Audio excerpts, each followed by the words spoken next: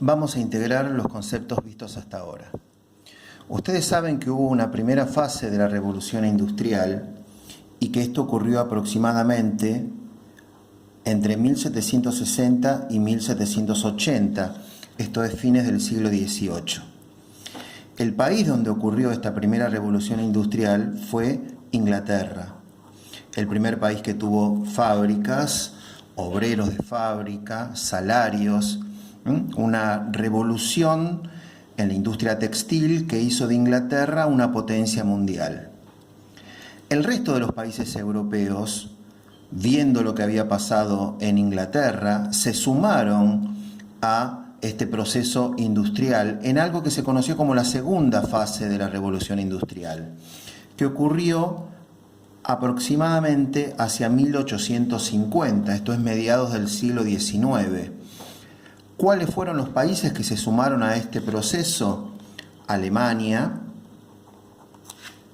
Francia, Estados Unidos y Japón.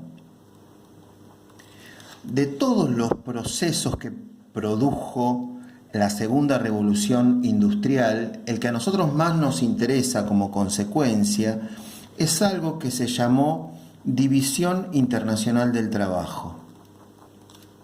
Nosotros vimos un texto de un historiador británico llamado Eric Hobsbawm que hablaba de esta División Internacional del Trabajo. Y él decía que el mundo se había dividido en dos. Por un lado, los llamados países centrales, que eran aquellos países que habían alcanzado el desarrollo industrial, los que nosotros acabamos de ver: Inglaterra, Alemania, Francia, Estados Unidos, Japón. Y el resto del mundo, que iban a pasar a formar un grupo conocido con el nombre de países periféricos, porque eran los que estaban en los alrededores de estos países centrales. ¿Cuáles iban a ser estos países periféricos? Los que estaban en los territorios de América Latina, para el caso Argentina, África, Asia, Oceanía y los países correspondientes a Europa Oriental. Entre estos países se va a establecer un fuerte intercambio comercial a fines del siglo XIX. Recordemos, los países centrales son los países que tienen industrias, esto es, fábricas. Los países periféricos son los que tienen materias primas. El intercambio que se va a producir en estos países es el siguiente: los países centrales van a vender sus productos industriales, mientras que los países periféricos van a vender sus materias primas. ¿Qué va a terminar provocando esto? Que estos países centrales, en la búsqueda de ampliar su comercio, su intercambio comercial, se van a lanzar a la conquista de territorios donde poder colocar sus productos y al mismo tiempo poder sacar las materias primas. Se van a lanzar a una parte del mundo que todavía no está desarrollada y que ellos fácilmente pueden ocupar. Este proceso, que va a ser consecuencia de esta División Internacional del Trabajo, va a ser conocido con el nombre de imperialismo.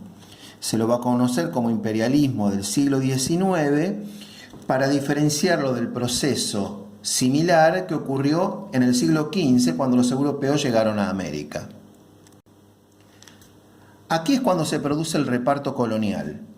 Los países centrales están ubicados aquí, en Europa, y van a conquistar África, Asia y Oceanía.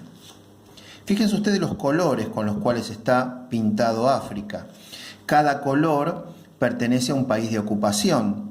Lo que ustedes ven de color verde son los territorios ocupados por los franceses. Lo que está en color rosa son los territorios ocupados por los ingleses, que tenían territorios en África, la India en Asia o Australia en Oceanía. Fíjense ustedes el imperio colonial británico, lo que significaba. Territorios en los cuales también había ocupaciones por parte de Italia, de Bélgica, de Alemania, de Portugal. Las flechas que ven aquí son las que marcan el flujo comercial. Cómo estos países transformados en potencia se adueñaron de todo el comercio mundial en el periodo en el que nosotros estamos trabajando. ¿Por qué es importante ver esto? Porque de la competencia de estos países entre sí para conquistar territorios en el resto del mundo, vamos a encontrar una de las causas del siguiente proceso.